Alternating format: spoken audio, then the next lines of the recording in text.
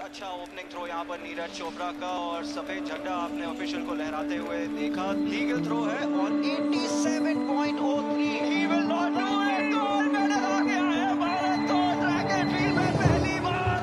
नीरज चोपड़ा का नाम याद कर लीजिए, इतिहास बन चुका है टोक्यो 2020 में। नमस्कार जी, मैं Neeraj Chopra, javelin thrower, Tokyo Olympic में गोल्ड जीता था। उससे पहले कॉमनवेल्थ गेम्स में गोल्ड था, एशियन गेम्स में गोल्ड था और उसी साल मैंने अर्जुन अवार्ड जीता था। पर उस सबसे पहले खंडरा गांव का रहने वाला, अपनी फैमिली का प्यारा और कुछ इम्पॉसिबल करने का सपना देखने वाला नीरज चोपड़ा।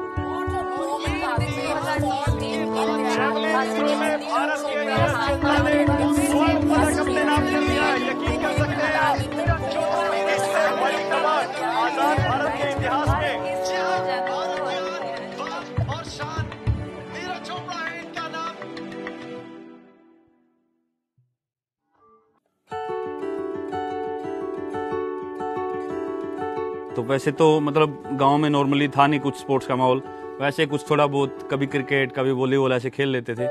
पर फर्स्ट टाइम ऐसे 2010 के एंड में ऐसे हुआ था कि मैं स्टेडियम में जाऊं और जो अंकल थे काफ़ी स्पोर्ट रहा उनका सबसे छोटे चाचा है जो, और बाकी फैमिली का भी काफ़ी उस टाइम पे स्पोर्ट था कि पूरे गाँव से अलग मैं पहला लड़का था जो वहाँ पर जाना शुरू किया और बिल्कुल एक अलग फील्ड मैंने चुना।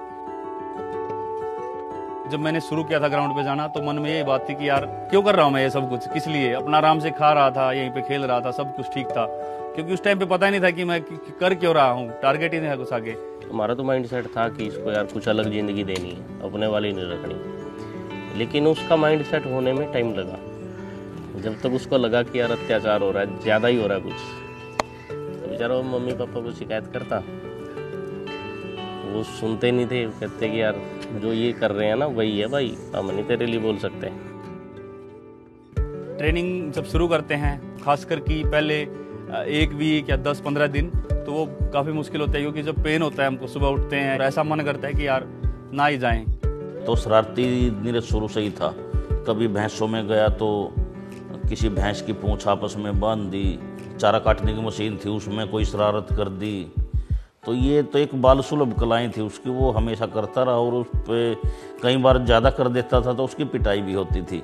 तो वो काफ़ी ऐसी ऐसी कुछ हरकतें होती थी। पर जब से मैंने ग्राउंड पे जाना शुरू किया तो ये सभी चीज़ें छूटती आ गई और फिर मैं अपनी जो ट्रेनिंग के लिए सीरियस होता गया। पहले तो ग्राउंड पे गया था तो सिर्फ मैं वही फिटनेस मेंटेन करने और पतला होने के लिए गया था। उस टाइम पे वहाँ पे जेवलिन थ्रो करते थे तो मैं हमेशा देखता था, बाकी स्पोर्ट्स भी थे लेकिन जेवलिन एक ऐसा स्पोर्ट्स था कि जो मुझे डेली मैं देखता था और मेरे दिल को छूता था कि यार ये मुझे भी करके देखना है कभी। चलते चलते मैंने इसको ध्यान से, मैंने 1-2 राउंड में देखता रहा इसको, मैं भी वार्म करता रहा। फिर मैंने इसको पूछा कि तू मेरे को एक बार थ्रो करके दिखा दे। जब मैंने थ्रो करके दिखाया सभी को तो 40 मीटर के आसपास 15-20 दिन में वो कवर किया था। तो यानी इतनी दूर नहीं फेंक रहा था, लेकिन जो इसकी आर्म बहुत फ्लेक्सिबल थी, तो जेवलिन के लिए मस्ट नीड चीज़ है। तो उसको देख के मुझे लगा कि हाँ ये जेवलिन कर सकता है, और इसकी बिल्ड भी ठीक थी, उस टाइम तक अच्छा फिट हो चुका था ये। उन्होंने भरोसा दिलाया हमारे को कि इसको हमारे पास छोड़ दो, ये हम इसको बेटर कर लेंगे। फिर उसने ऐसा करा जी, कभी ब्याह शादी में, कभी त्योहार में, किसी के फंक्शन में, तो गांव में किसी का कुछ नहीं करा उसने, सब कुछ छोड़ कर अपने बस गेम के पीछे लग रहा। तो इतना जुनून हो गया था उसके प्रति कि मैं कहीं भी खेत में जाता, मुझे कुछ भी डंडी मिल गई तो मैं डंडी उठा के फेंक देता था, या फिर सिंग में से वो झाड़ू निकाले फेंक दी तो वो पूरी झाड़ू खराब कर देता था। पहले साल तो इतना अच्छा परफॉर्म नहीं किया, ठीक ठीक, पर मैंने इसको कोशिश की पहले साल ये जितने भी कंपटीशन खेल, जहाँ भी फेंकने का जब मौका मिले तो मैंने इसको भेज दिया कि तू चला जा। ये बोला कि अभी इतनी तैयारी नहीं है भाई साहब। मैं कोई बात नहीं, तेरे को बस फेंकना है, कंपटीशन का फोबिया है जो वो खत्म करना, मैं जहाँ पे भी मौका मिलेगा वहाँ पे फेंकेंगे। 2012 में मेरा पहला नेशनल था और वहाँ पे मैंने 68.46 मीटर लगा के नेशनल रिकॉर्ड किया था अंडर 16 का। 2013 में मैं यूथ वर्ल्ड के लिए गया था, 66.75 मीटर किया था। 2014 में मैं जूनियर नेशनल खेला था विजयवाड़ा में, वहाँ पे अंडर 18 मैंने नेशनल रिकॉर्ड किया था 76.50 मीटर का। 2015 में ही मैंने इंटरस्टेट जो नेशनल चैंपियनशिप है उसमें गोल्ड जीता चेन्नई में 77.33 मीटर में। उसके बाद 2016 में मैंने south Asian games SAF games में गोल्ड जीता था 82.23 मीटर में। 2017 में एशियन चैंपियनशिप में मैंने गोल्ड जीता था मीटर रिकॉर्ड के साथ 85.23 मीटर में। 2018 में जो कॉमनवेल्थ गेम्स में गोल्ड था 86.47 मीटर लगा था। उसके बाद एशियन गेम्स में मैंने गोल्ड जीता 88.06 मीटर में, और उसके बाद मुझे इंजरी हो गई थी। इंजरी जैसे खिलाड़ी है उसके मतलब जीवन में एक ऐसा मोड़ आता है कि उसके बाद उसको पता नहीं होता कि मेरा दोबारा जीवन इम्प्रूव होगा, दोबारा गेम में लौट के आऊँगा, या यही मेरा करियर खत्म हो जाएगा। कुछ नहीं खेल पा रहा था और काफ़ी एक नेगेटिव कई बार थॉट आ जाते हैं मन में। तो वहाँ फैमिली का रोल होता है कि उस समय उनका मोरल डाउन ना होने दे। तब हम लोग नीरज से जब भी बात होती थी अक्सर कहते थे कोई बात नहीं यार, ठीक हो जाएगा, ये तो अक्सर लगती रहती। देखो जी, हमारा तो यही है, जो बच्चे ने जितना लगाव करके रखोगे तो बच्चे का भी लगाव उसमें रहेगा, तो माँ का भी उसमें रहेगा। हम तो ये कम है, देख घर बैठा कुछ नहीं है जी, बाहर छोड़ कर सब कुछ है, या तो देख माँ तो छोड़नी पड़ेगी। मैंने मन में ये चीज़ बैठा ली थी कि ये एथलीट की लाइफ है और एथलीट की लाइफ में ये चीज़ जुड़ी हुई है।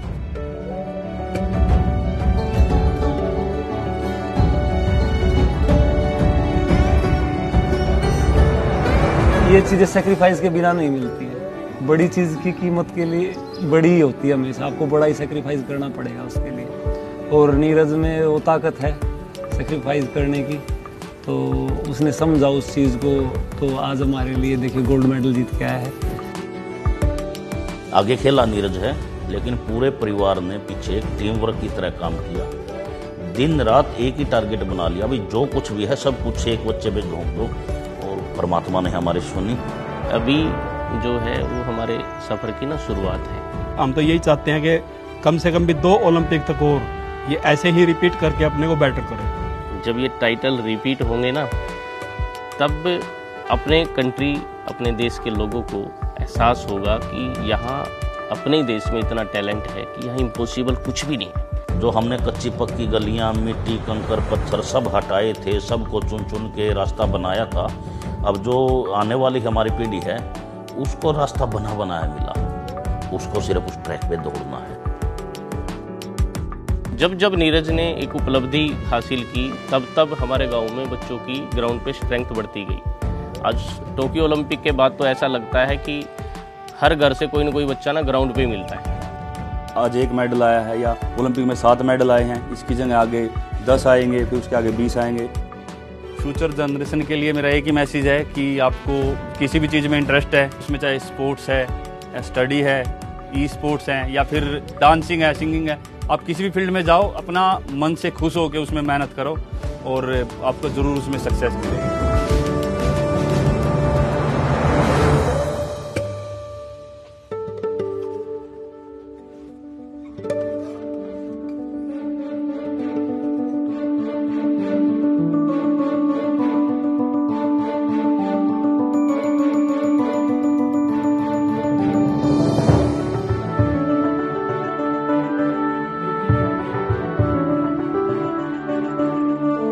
मैंने अपनी लाइफ में एक ही बात सीखी है, हार जीत तो लगी रहती है, हमारे हाथ में सिर्फ मेहनत है। कोई इम्पॉसिबल चीज़ लगे तो उससे डर के दूर नहीं भागना है, उसकी तरफ जंप करना है।